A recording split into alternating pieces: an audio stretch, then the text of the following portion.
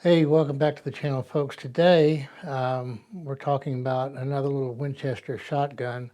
We had previously done a video on the Winchester Model 37, and a viewer had written in the comments that he'd like to see some information on one of the Canadian later versions of that gun.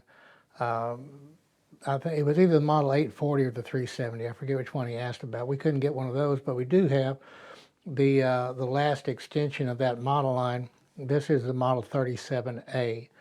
37A is an Alpha Winchester shotgun that not a whole lot of people know was not a U.S. made shotgun at all. It was made in Canada, which gives us the opportunity to discuss some of the nexus between the Winchester Arms Company, Olin Corporation, and a company by the name of H.M. Cooey, C-O-O-E-Y, based in Ontario, Canada, which is the actual maker of this firearm, or the designer of the gun, put it that way. So a little history of that company. A man by the name of Herbert William Cooey was a machinist in Toronto, Ontario, Canada. In 1903, started the H.W. Cooey machine shop, and was doing really, really well. And then World War I, or the Great War, happened. And just like any other manufacturer, he started assisting with war material efforts and was making small parts for various rifles. Most notably, the flip rear sight for the Ross Mark III Canadian military rifle at the time. So after the war ended, he had these military contracts and the funding for that under his belt, and had a little bit of a taste for the gun business, if you will. So he decided that they could produce a complete firearm rather than just parts. So in 1919, the Cooey Canuck was introduced, which was a little bolt-action 22 single shot, rarely seen in the United States, but a lot of them were made and sold in Canada. Very popular rifle in Canada, and then throughout the rest of the Commonwealth, there was some distribution in Australia and a few other places, and it won awards at various exhibitions throughout the years. So it kind of established himself in the arms field there in 1919, to the point where they had to have a bigger facility, so they moved up the coast a little bit to a town called Coburg, and I'm probably not pronouncing that correctly. So anybody in Canada or Ontario, Canada, feel free to correct me on that pronunciation, but it's C-O-B-O-U-R-G, Coburg, Ontario. And they rebranded to the Cooey Machine Works and Arms Company, and started producing the rifles in earnest. Well, along about that time, they kind of got into the shotgun business with Iver Johnson. Iver Johnson had, the Great Depression was going on. Iver Johnson outsourced the Champion single barrel shotgun and the Hercules double barrel shotgun production to Cooey in Canada, and they were assembling and finishing those guns and producing some of the parts. So there was some Canadian slash U.S. co-manufacturing, I guess, of what is thought to be a quintessentially American brand, even back as far as the 1930s. So World War II comes around, Cooey starts making training rifles, 22 caliber training rifles for the Canadian military, very successful in that regard. And then after the war, they turned back, just like American industry did, turned back to looking for inexpensive utilitarian shotguns and rifles for sportsmen. And they introduced what was going to be called the Cooey 48 for 1948. However, at that time, Harrington and Richardson, H&R, was actually producing the Topper Model 48 in Canada at Long Branch. They'd rented some space there and were producing the Topper 48. So in order to avoid confusion, Cooey reversed the numbers. It became the Cooey 84. So that went on for a while. The original Herbert Cooey retired. His son Hubert took over. Hubert died early, I guess, in 1957. And Herbert came out of retirement to try to lead the company again, but ended up selling the company in 1961, sold it to basically the Olin Corporation, which was the parent corporation of Winchester repeating arms. They folded Cooey under the Winchester-Western brand, and it became Winchester-Western Canada Limited. Was the Cooey brand had become the Winchester brand at that point. So the Model 84, which is the precursor to this gun, was available in 410, 28, 20, 16, and 12 gauge in barrel lengths from 26 inches to 32 inches. They were plain furniture guns.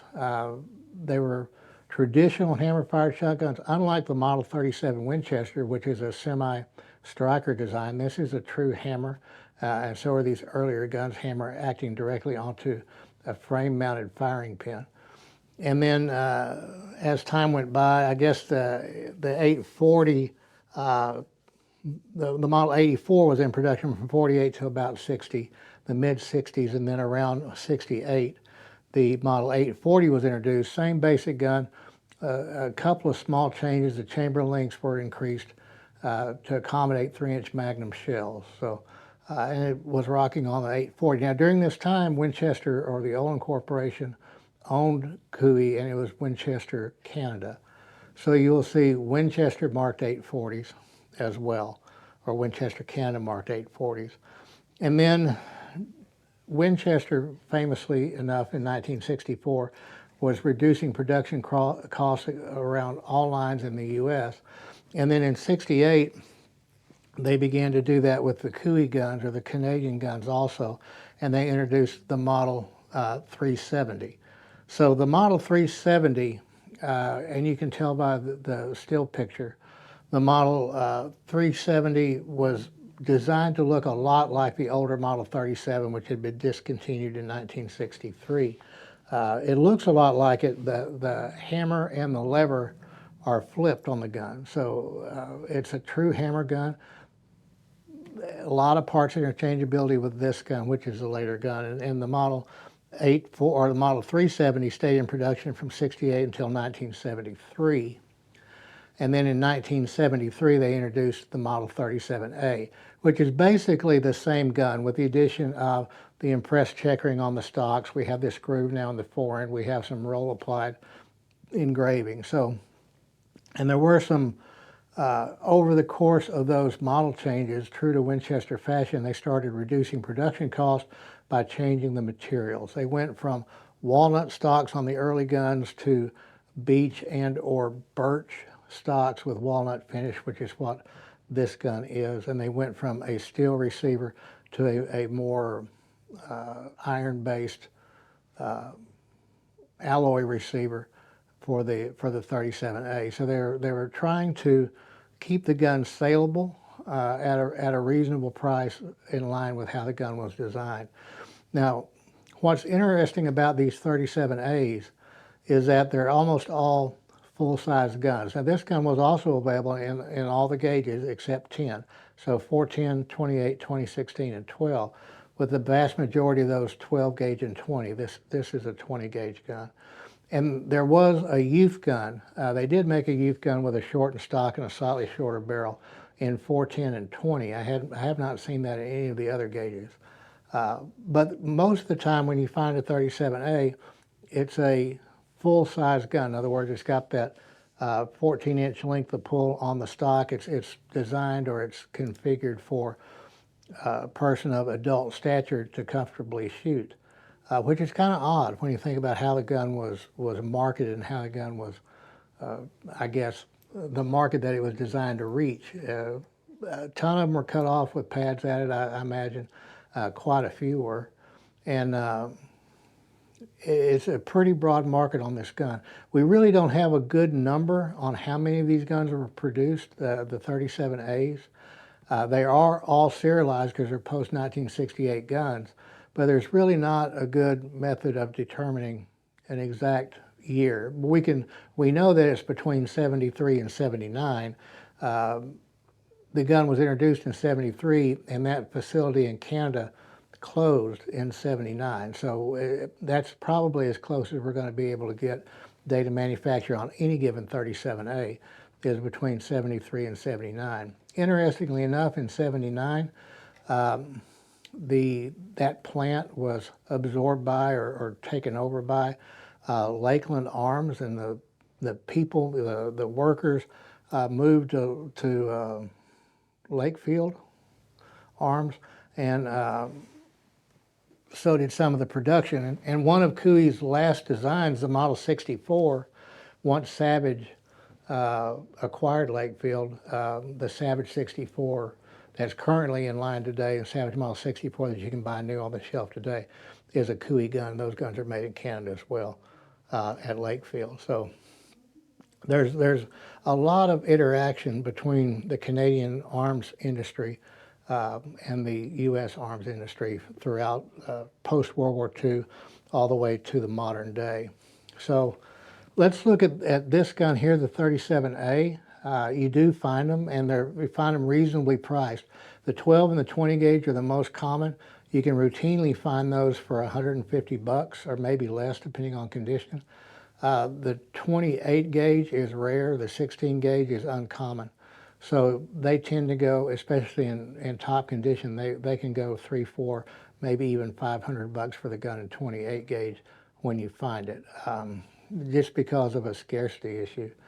So what goes wrong with them? There are a few things that happen to these guns and some things to look at if you're evaluating them. So obviously this particular unit, we see a lot of skinning and scarring to the wood finish. And again, because this is not solid walnut, this is walnut finish on hardwood, anytime you get a scrape on that finish that goes through the stain, the wood's going to show bright underneath. Now that's not it's not hard to retouch that and make it look better if you want to. But you know, how much time are you going to place into a $150 shotgun? That's up to you. So we're going to take it apart real quick and show you some differences between the 37 and the 37A, and then some things to watch out as well.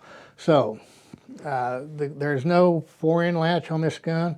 We can see it's clear. So there's no fore-end latch on this gun. So once we close it, we can just grab the fore-end, pull it off. There's a sizable fore-end spring here that tenses this feature into this fore-end latch here. So as you can see, this fore-end latch is starting to kind of peel up. So it's starting to peen up and out of contact a little bit. The fore-end is still on there solidly when we put it on, but if this were damaged more than that, then the fore-end would not stay on the gun. So that is one thing to be aware of. This is not hardened steel, it's mild, it's just kind of tacked there. So it's not too hard, it's not too difficult a process to TIG a small bit of steel onto this little tip here and then refile that to restore that particular interface to make that fore-end a little bit more snug if it becomes loose. Dealing with the fore-end itself, we have these simple Phillips screws that hold the fore-end iron into the fore-end. So we have to make sure that this guy is springing up into position so that it will reach into this notch when you go to put it together. One of the most commonly encountered problems is this plastic spacer right here. This is the original spacer, it's plastic, and over time they get brittle and they crack. But this part is being remade in both plastic and anodized aluminum, and it's available from the typical part sources like Gun Parts Corp and Jack First. And people are reselling those on eBay, but you can get them directly from the source, either Jack First or Gun Parts Corp, in either the original plastic or black anodized aluminum. I checked this morning, I think the aluminum piece at Gun Parts Corp is still under 30 bucks, and that'd probably be the way to go. If I were to replace one of these now, I'd go with the aluminum one. So the top lever will go either way, so it doesn't matter which way you turn it. And we just come off here. This is an ejector. There's a powerful spring underneath it, and it should eject the empty hulls a fairly good distance, and it'll send a loaded round out as well. So Make sure that we're not chipped here on the extractor or on the ejector chip. Look at that. That part is readily available as well. Big spring can be remade. That's not a problem. So if you look at the barrel legend, you see the Winchester marking, typical Winchester font, 37A, 20 gauge, full choke. It's fairly common to find this gun in a modified choke as well, but a lot of them are full, particularly in the smaller bores. And then the only reference to Canada on the whole gun, made in Canada. And the only reason that's there probably is because it was required to meet import regulations. So you have the made in Canada listing there. So you'd be surprised how few people know that this is an imported gun. And FFL dealers, when you're acquiring this in your bound book, you have a manufacturer and an importer on this gun. So it'd be Winchester and Winchester on this gun in order to log that in correctly. So we have a 3-inch chamber here. We have a standard bead sight here on this full choke gun. So moving to the receiver, we have a standard barrel lock, very similar, nothing special here, very similar to many other single shot shotguns. We have the barrel lock that comes to the bottom here. But this gun has a transfer bar that rises up as that trigger is pulled. The transfer bar rises up between the hammer and the firing pin, and that's what allows the firing pin to, the hammer to strike the firing pin when the gun is fired. And then it's a rebounding hammer, and it's designed to come back like that on the rebound. So when you're evaluating the 37A, make sure you do have the hammer rebound. Otherwise, we have to fix some parts in there. And then with the barrel off the gun, by holding the trigger to the rear and pushing the hammer forward, you can check to make sure that you have firing pin protrusion, that the firing pin is not broken. So the firing pin, a lot of the parts inside, firing pin, stock, forend, they interchange from the 37A to the 370 to the, a lot of them to the 840. And there's going to be differences in checkering or not checkered, and whether it's a slim or fat profile on the forend, that's going to differ. But the basic mechanics are going to be the same. The firing pin is the same throughout that whole series. So there's quite a few parts still left available for this gun. And if you have the Cooey version that's marked Cooey on it, they weren't ever really imported into the United States in any significant numbers under the Cooey name. So, but individual importation, you do find it from time to time, and there are corresponding Winchester numbers, corresponding Winchester models on a lot of those where you can find the replacement parts for. And they're going to differ in the shape of this pot metal trigger guard. Some of them will go back farther, things of that nature, that may call for a little bit of inletting work into the stock, but it's not an overall daunting task, if you will. Super simple shotgun. There's a bunch of them still in use today. They're not in production anymore, haven't been. When Cooey went away in '79, that's when the production of this model stopped, and Winchester didn't have anything to replace it with, and they didn't continue production at New Haven or anywhere in the United States. It just went away. So the Winchester 37A, an interesting little combination of American marketing, I guess, and the Canadian Cooey, H.W. Cooey machine shop and arms company collaborated, if you will, on these guns. And about 12 million total firearms under the Cooey brand. About 12 million total firearms were produced across all models. So it wasn't a small operation. They put out a ton of product. You just don't see them a lot outside of Canada. There was some, like I said, importation into Australia or distribution in Australia, but very little in the U.S. Now, especially here in Texas, you don't see a whole lot of Cooey marked guns at all. You do find the Winchester 37As, you'll find the 370s, and sometimes the 840s hanging out somewhere. But and you certainly find the Savage 64, which is like I said, a Cooey design that went through Lakefield, and then Lakefield was purchased by Savage. So the Winchester 37A, a decent little single shot shotgun. You can still buy these for reasonable prices, and it's an interesting gun for the Winchester collector or people that are interested in the Canadian firearms industry. It's a decent little gun to pick up. You collect all 5 gauges. It'd be hard to find a 28 gauge or a 16 gauge, but they're out there. If you like what we're doing on these videos, please hit that like button, hit that subscribe button. Drop us a comment if we'll find it like we did with this one. We'll get a video up and try to get some information out there on it. We appreciate you watching. Have a good day.